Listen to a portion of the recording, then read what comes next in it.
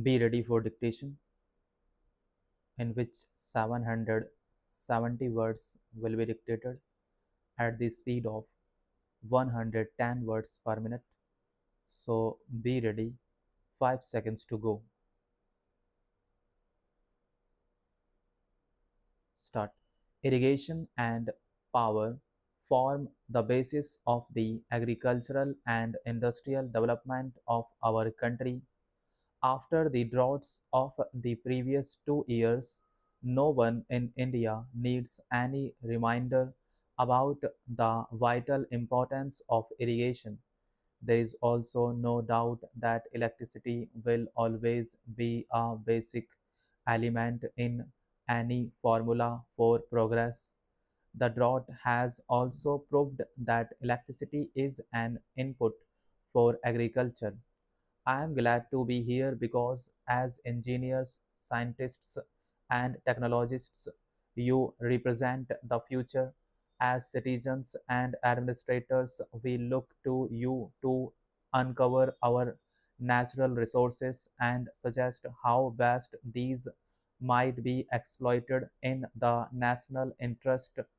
Technology is moving ahead in every direction, and day by day, new opportunities are opening up before all of us. What we need is the availability of large quantities of power at very low prices, which would influence changes in technology and stimulate the development of a new technology. We have vast water resources in the Indo-Gangetic basin, of which I am being constantly reminded by our Minister Dr. K.L. Rao. These must naturally be tapped for irrigation.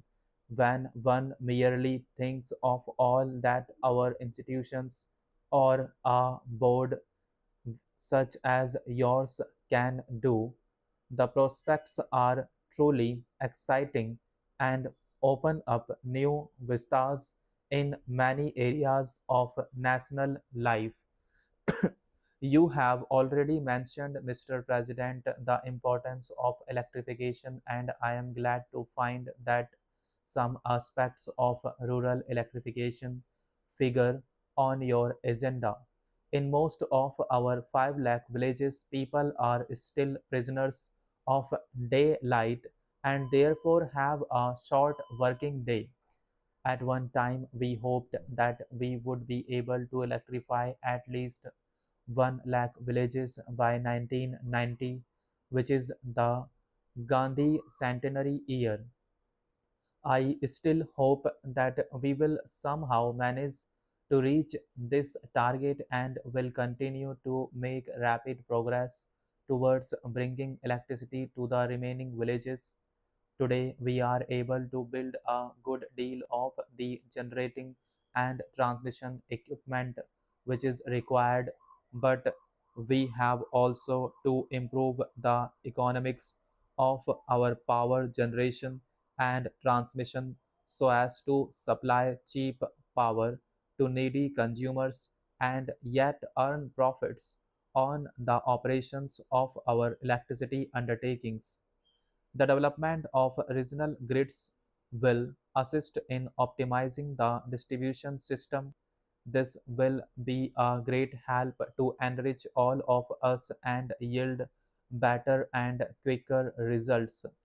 Only a fraction of the cultivated area is at present irrigated. You, Mr. President, have remarked that we can double the acreage under irrigation so that cropping can be extended. The amount of land available is fixed, but the pressure on the available land is steadily increasing. There is no alternative, therefore, to increasing the efficiency of land utilization and getting higher productivity per acre. Irrigation is one means towards this end. It is important that we utilize fully and rapidly such irrigation potential as has been already created.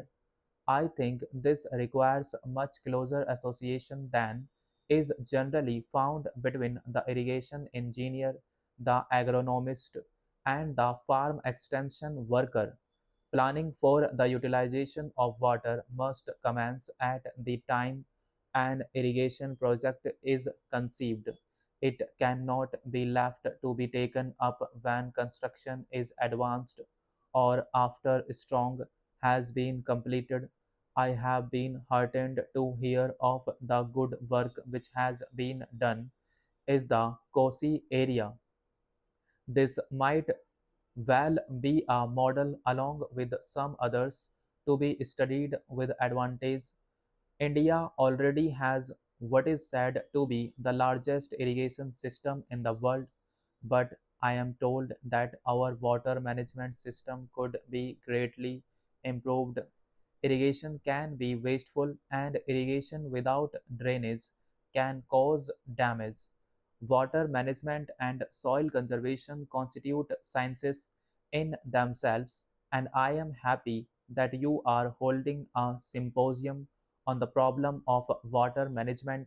Our rivers and our groundwater are national assets which we must use to the best overall advantage.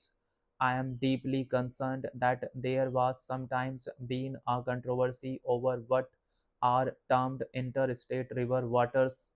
I am sure that technical solutions can be found to safeguard the legitimate interests of every region or state, and that these matters are best considered in a rational and scientific manner rather than on the basis of emotion. There is one other aspect, perhaps not directly related to your conference, on which I should like to touch. The development of irrigation, especially in arid tracts, is often a starting point of an economic and social revolution. It demands more tractive power and creates new demands for roads, markets, and processing and storage facilities.